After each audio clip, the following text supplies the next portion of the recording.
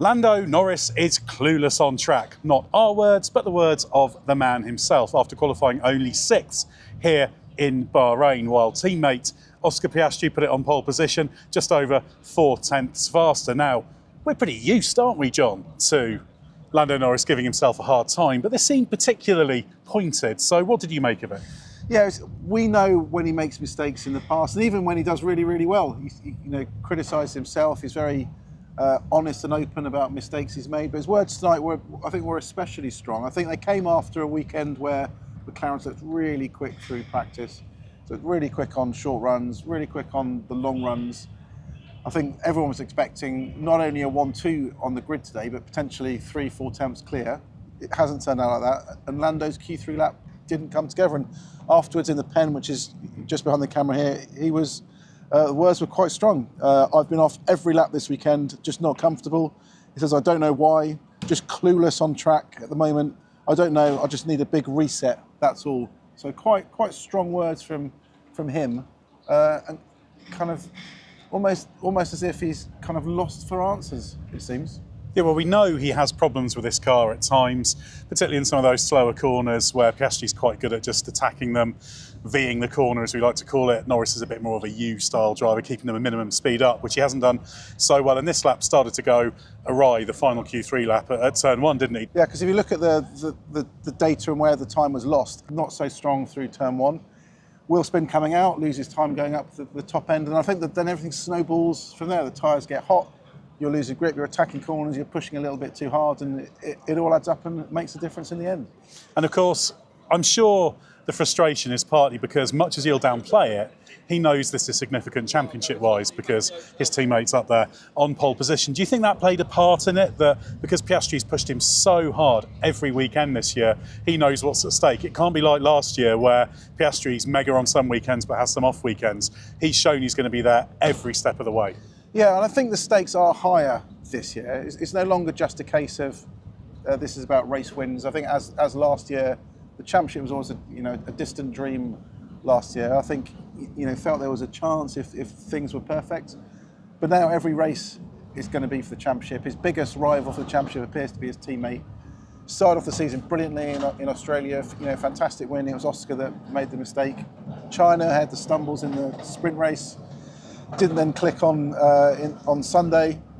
Then we had Japan, where stronger than Oscar in qualifying, kept him ahead in the race but couldn't get Max. But I think he knows that the gap to Oscar is closing down, that he can't afford to let these things happen. And it's one thing qualifying second and having a chance to win, but if you qualify 6th, I know he'll move forward. We can talk about it a bit more later.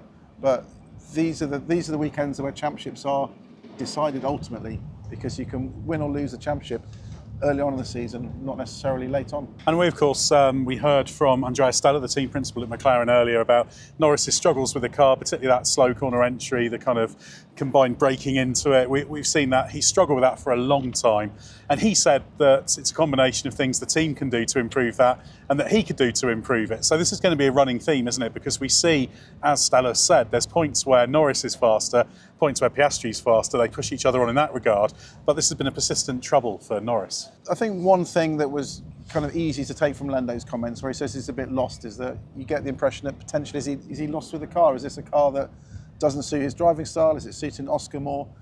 And Andrea was quite keen to play that down, so that's not actually the case. That Lando can extract the pace from his car. He's been quick in practice sessions here. We know he's quick on long runs. He'll be quick again tomorrow, I have absolutely no doubt. But he says when you get to Q3, when you're finding those final hundredths of a second that are really, really important, Lando's struggling there slightly. It's not a case of the pressure getting to him. I think it's more just extracting the pace from the car, and it's maybe just the whole mental approach to a lap, in terms of how you prepare the tyres, how you push them, what happens if you make a mistake, how do you deal with that, how do you compensate, and it's about kind of nailing the lap. Oscar's just able to do that much more comfortably than Lando is. I don't think it's a big change, and I think sometimes when we speak to drivers straight after they're out of the car, they're much more emotional in the words, and maybe tomorrow Lando will calm down. But it's not a problem that Lando's got with the McLaren as such. It's a problem he's got in extracting those final hundredths of a second in Q3. And that's why things could be very, very different in the race tomorrow, because Norris was good on the long runs. He's having trouble when the car's right on the edge and you are, as you say, getting those last little bits of performance. And what's more, this is not a track position race. It is when the checkered flag falls, but you can overtake here. Basically, we're going to see a race that's almost the opposite of Suzuka, aren't we? They're going to be able to pass. The tyres are going to suffer from a lot of degradation. There is that question mark, could a one-stopper be possible? Is it going to be a two-stopper? So there's massive amounts of opportunity for Norris to go forward in this race from 6 on the grid. Massively, because this is a race of degradation. You aren't going to get trapped in traffic. And McLaren have, from what we've seen at all stages so far, a massive advantage in terms of tyre degradation. The benefits that McLaren have aren't shown so much over a single lap. Fresh tyres can overcome some deficits in the car.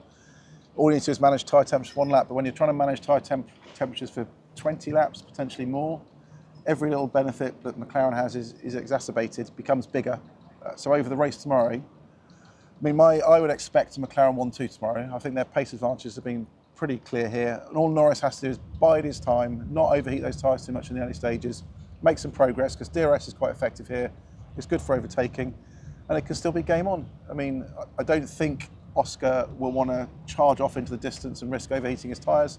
So I think still everything to play for. Even though it looks bad tonight in terms of the grid positions, it's a very open race tomorrow. One thing that's very interesting is obviously we've talked about the way the McLaren looks after its tyres. That's brilliant for a single lap in qualifying. We saw that in Melbourne. We saw that here as well relative to the rest. But actually it was interesting because Simone Berra at Pirelli earlier was saying actually McLaren's deg is the same as everyone else's. They're just faster. And I think that's a key thing, isn't it? The downforce that car's got is absolutely mighty. But we should talk about some of the other contenders, such as they were. George Russell was second fastest, Charles Leclerc third fastest for Ferrari. But of course, Mercedes have lost out a little bit because there's been an unusual one-place grid penalty for Russell. It drops him to third, and a similar penalty for Antonelli that puts him one place back on the grid down to fifth. Doesn't help Lando Norris, he's still sixth. But what happened there with Mercedes? A very unusual mistake. Yeah, so this is in Q2, basically. Esteban Ocon had crashed quite heavily coming out of turn 2, red flag. And obviously there's a battle for positions on track in qualifying. You want to try and get clean air here, you don't want to be messed up. So teams are in a kind of bid to get out of the pits as quickly as possible. At Mercedes, their normal sporting manager, Ron Meadows, isn't here this weekend, so Andrew Shovlin's been in charge. He gave the call to go when he saw the message come up from race control saying the session will resume at this time. It was a mistake because the event notes dictate that you can only leave the pits when the session's you leave your garage when the session's actually been restarted.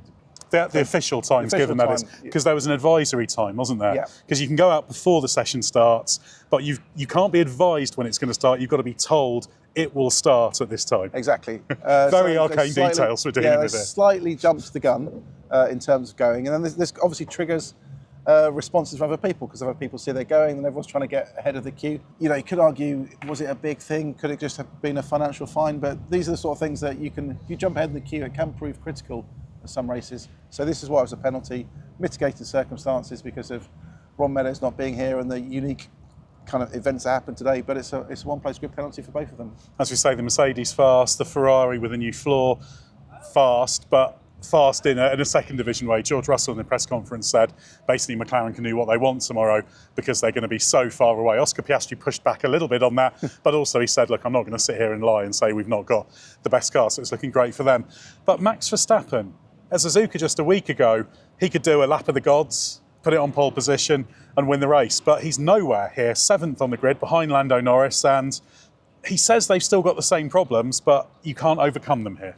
No, and I think he's been complaining about brake problems here. He's not been comfortable on it this weekend. This is a very heavy brake circuit. I think it's top 2, top 3 critical brake circuits of the season. And I think if you lose that confidence here, it can cost you a lot. We saw in Q1, you had the lock-up going into the final corner and ran wide, aborted the lap. And I think it couldn't get into the rhythm in qualifying, struggling a lot with it. And if you don't have the confidence on the brake, it kind of plays your head a little bit and you can't extract everything. So it's not really clicked this weekend. That car's still tricky. It's got a very narrow window. Yuki Tsunoda had a better qualifying today, got into Q3. He just talked about how narrow this window is, and if you fall slightly outside it, he says, you drop off a cliff. And I think that's what we've seen today with the Red Bull. Absolutely. Well, it's going to be a very, very interesting race tomorrow, certainly behind the McLarens. How far up can Norris get? Who knows, but Piastri's in a great place.